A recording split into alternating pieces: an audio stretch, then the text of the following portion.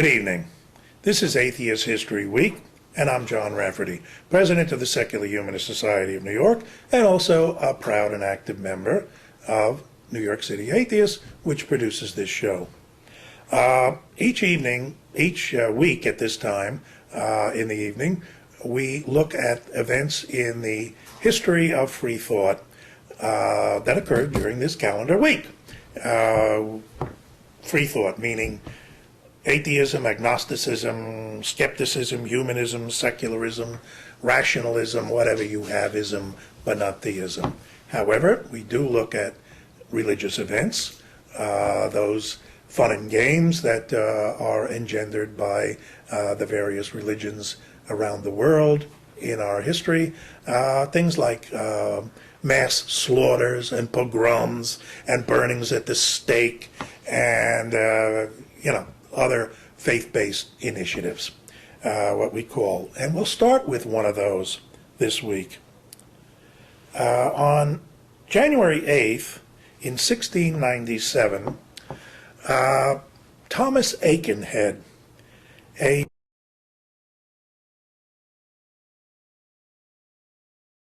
Scottish medical student who was only 18 or 19 years old, was hanged for blasphemy in Britain's last execution for blasphemy. This young Edinburgh student was found guilty of denying the Trinity and was convicted on the testimony of 5 friends, put quotes around that, who he had confided in about his strong religious doubts. So his friends informed on him. The authorities checked out his rooms and found atheistic books in his possession. The Church of Scotland urged his vigorous execution, quote unquote. And on the date of his execution, he wrote to his friends, "It is a principle innate and co-natural to every man to have an insatiable inclination to the truth, and to seek for it as for hid treasure." Thomas Aikenhead, who knows what he might have been able to accomplish in his life, a brave young man, a free thinker, who was hanged for not believing in the Trinity. Thanks a lot.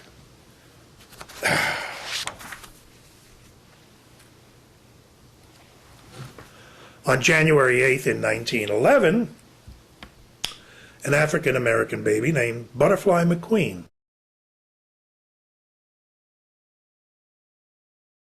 was born in Tampa, Florida. And Butterfly McQueen will be remembered as long as the movie Gone with the Wind is remembered, because she played that wonderful character, Prissy, and her famous, the lines that are quoted whenever people talk about people who claim to know something and then don't. And her character in the movie tells Scarlett O'Hara, while Scarlett is pregnant, that she'll take care of everything. But when the actual time comes, she utters the famous line, "I don't know nothing about birth and no babies." And I'm not going to try to do her accent, which was wonderful, her little babyish voice of her own.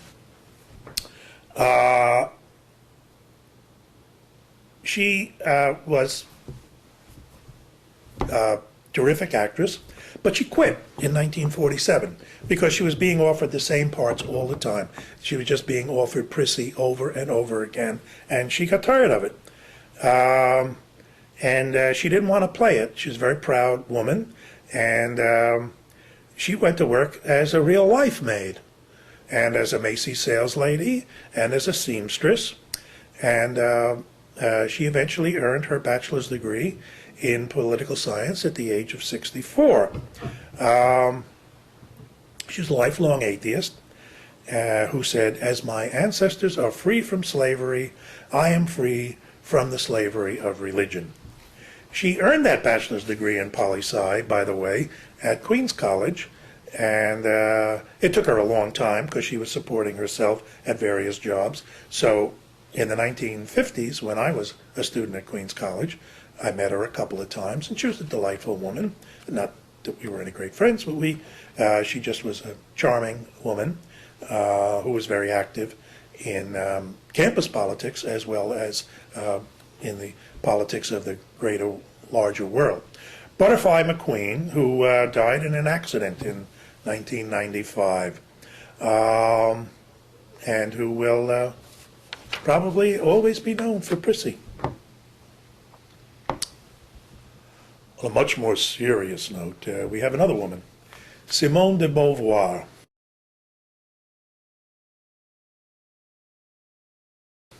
Who was born January 9th in 1908.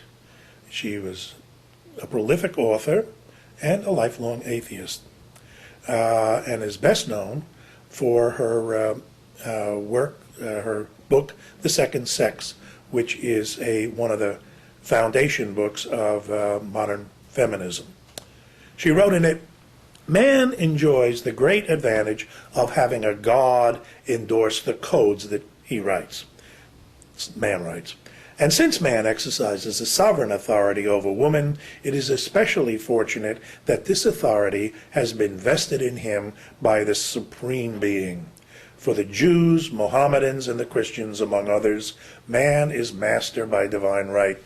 The fear of God, therefore, will repress any impulse toward revolt in the downtrodden female." She was an avowed and public atheist. She was the live-in lover of French philosopher Jean-Paul Sartre, who was himself also an atheist. And de Beauvoir's atheism was certain, but it was secondary to her feminism. She worked all her life to free women from what she called the bonds of patriarchy. Not what she called, but what she believed were the bonds of patriarchy. And as more people long before me, with two of the most radical and discussed thinkers of the 20th century living together, must have made for very interesting pillow talk. One wonders what they talked about while having their cigarettes after sex. I wonder.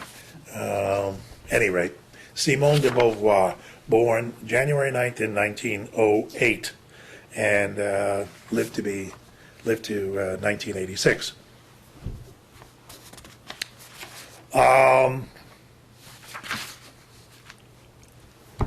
One of the most influential women who ever lived in America was Alice Paul,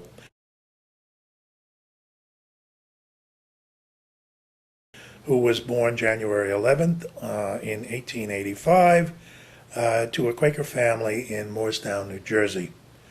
Her Quaker family believed in the equality of the sexes, and Alice Paul believed in it herself and practiced it all her life. She was a very brainy young woman who went to Swarthmore, and she took courses at the University of Birmingham, the London School of Economics, worked in the British settlement movement, and she was thrilled, as the Freedom from Religion Foundation puts it, by the militant suffrage activism of the Women's Social and Political Union, led by the Pankhursts. And she joined and went in with them on the brick throwing and the hunger strikes and everything else. She returned to New Jersey in 1910, and from there on in, she shook up the American male political establishment, shook it down to its roots. She was repudiated by her Quaker background because she was a militant. She said, if they don't, basically she was saying, pay attention to me, and if you don't pay attention to me, I'm going to throw a rock, which was not the idea of the Quakers. She worked with other feminists like Lucy Burns and Jane Addams, and for the National American Women's Suffrage Association, in order to get women the vote in 1912. And they formed the first great march in Washington, feminist march in Washington in March of 1913, which upstaged the inauguration of President Wilson. Back in those days, the president was inaugurated in March. The women formed a great march, a great parade, but they were, of course, attacked by a violent mob. But, on the other hand, that created huge headlines and invigorated the suffrage campaign. The mob, when it does something like that, just like the mob 60, 70 years later, attacking African American students who were demonstrating for equal rights, set the whole country saying, wait a minute, the kids aren't doing anything, the mobs are the bad guys. Same thing that happened with the suffragists in the 1910s and teens. She, along with many others, they demonstrated in front of the White House, blocked traffic, and she, along with 100 other suffragists, were put in jail for minor infractions, what we would call minor infractions, trespass and the like, and put in workhouses. And so, put me in a workhouse, she went on hunger strikes, and so did a lot of the others. They were force-fed, which of course caused more newspaper stories. And public outrage finally forced Woodrow Wilson to unconditionally release the whole bunch of them. Until the demonstrations continued until Congress finally enacted the suffrage amendment in 1920. She relaxed a little bit by going to law school and earning 3 degrees, and then she continued to work for the movement, for the Women's League for Peace and Freedom, the Women's International League for Peace and Freedom, and several other organizations. And she started agitating for the Equal Rights Amendment, basically saying to Congress, you think just because I got the vote, they're going to stop? Oh, no. Now we're going to get an amendment that's for women. And from 1923 until 1972, 49 years, she worked for the passage of the Equal Rights Amendment. And many of us have forgotten that the amendment passed in 1972. It was killed in the ratification process. A constitutional amendment must be ratified by 3/4 of the states. And the combined forces of the Roman Catholic Church, the Southern Baptist organizations, and the Mormon Church all went to work in states across, in the various state legislatures across America, and very narrowly defeated the Equal Rights Amendment. All those tax-exempt churches that are supposed to stay out of politics, right? At any rate, she got it passed, but it died in 1982 in the ratification process. She wrote the actual amendment that was eventually passed. Quote, "Equality of rights under the law shall not be denied or abridged by the United States or by any state on account of sex," unquote. That's the body of the Equal Rights Amendment. Alice Paul, born January 11th in 1885,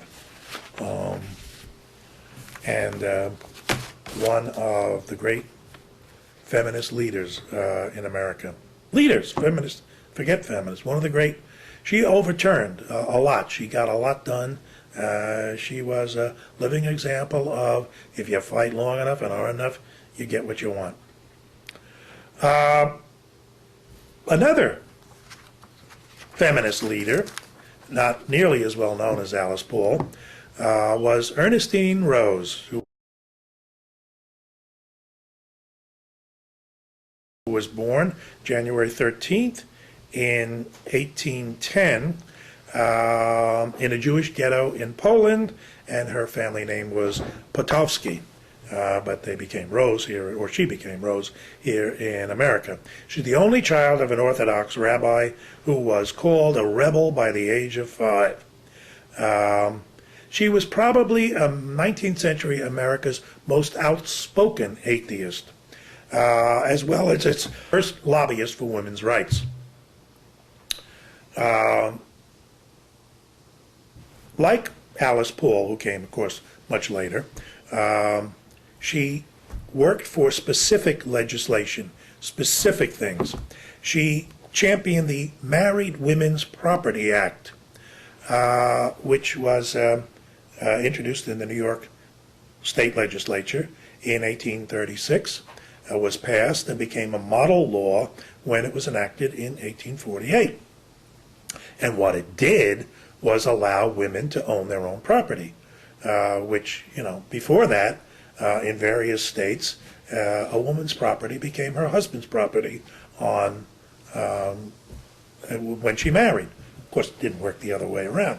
But she championed the Married Women's Property Act, and that became a model for others in other states.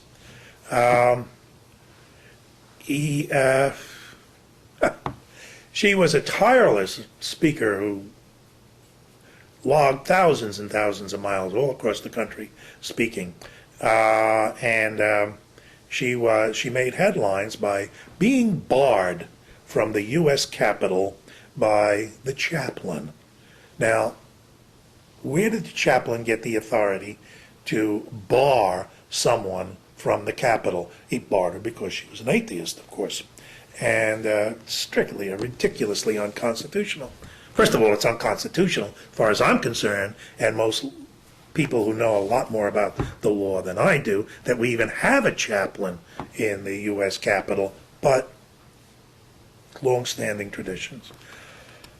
The speech she gave most often was the basic or a variation of a speech she called A Defense of Atheism.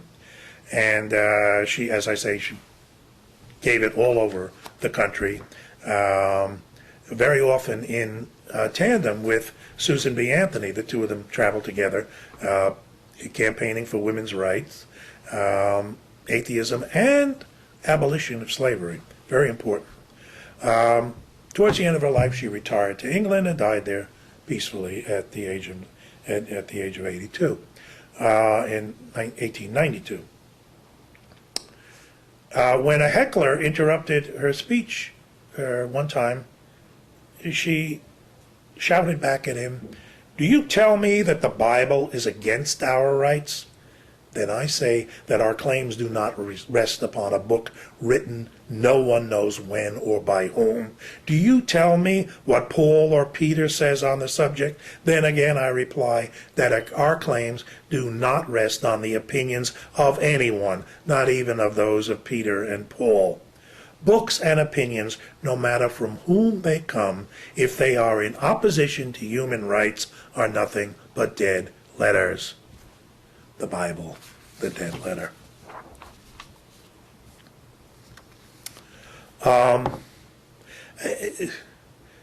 Ruth Hermans Green, who was born on January 12th in 1815 in Iowa, is a little bit of an unusual biography of an atheist, because she didn't pay attention to religion or religious questions or questions of free thought at all until she was in her early 60s. She got cancer, and so this would have been in the 70s, the 1970s, and she started reading the Bible while she was convalescing. Quite a shock. There wasn't a page in the Bible, she wrote, that didn't offend me in some way. There is no other book between whose covers life is so cheap. So, she read the Bible, and it prompted her to write a major free thought classic, The Born Again Skeptic's Guide to the Bible, published in 1979. She is best known for that.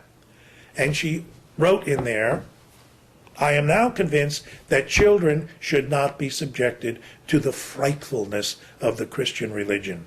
If the concept of a father who plots to have his own son put to death is presented to children as beautiful and as worthy of society's admiration, what types of human behavior can be presented to them as reprehensible?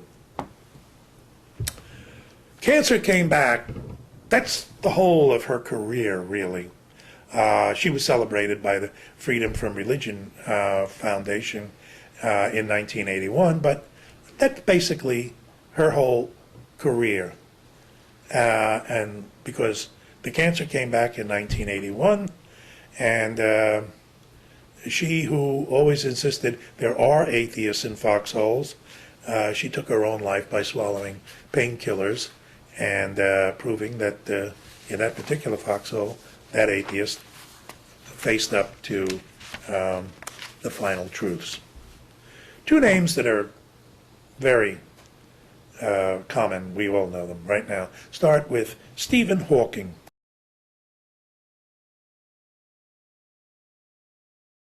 Who on January 8th in 1942 was born in Oxford, England, as he liked to point out on his website, 300 years to the day after the death of Galileo. He attended Oxford, studied physics, earned his PhD in cosmology at Cambridge, and had, by his 21st birthday, had been diagnosed with ALS, Lou Gehrig's disease.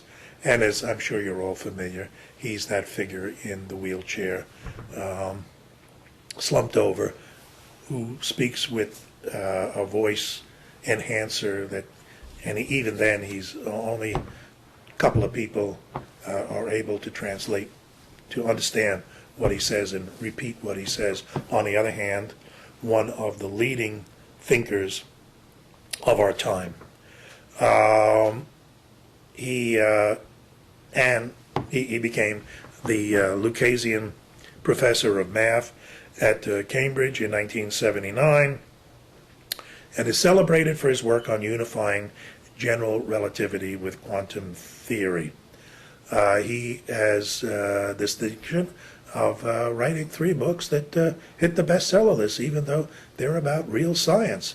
A Brief History of Time, Black Holes and Baby Universes and Other Essays, and The Universe in a Nutshell. Some rationalists have been disappointed in his tendency, Hawking's tendency, to use the word God too loosely as a metaphor, but he's made it abundantly clear he does not believe in a personal God. In fact, he's written, all that my work has shown is that you don't have to say that the universe began, that the way the universe began was the personal whim of a God. Stephen Hawking, born January 8th, 1942, and still tenuously and fragilely with us, and still working. With us almost every Sunday night at about 5 minutes to 8 Eastern Standard Time is Andy Rooney.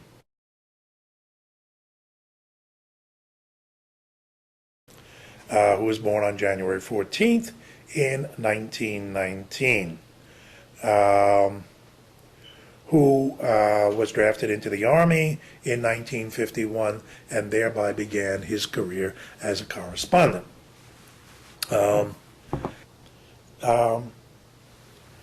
A responsible reporter who has done very fine things and has made no bones about the fact that he is a lifelong atheist. We all ought to understand we're on our own, he's written, writing in about teaching his own kids. Believing in Santa Claus doesn't do kids any harm for a few years, but it isn't smart for them to continue waiting all their lives for Santa to come down the chimney with something wonderful. Santa Claus and God are cousins. Christians, he wrote someplace else, talk as though goodness was their idea, but good behavior doesn't have any religious origin. Our prisons are filled with the devout. I'd be more willing to accept religion, even if I didn't believe it, if I thought it made people nicer to each other, but I don't think it does.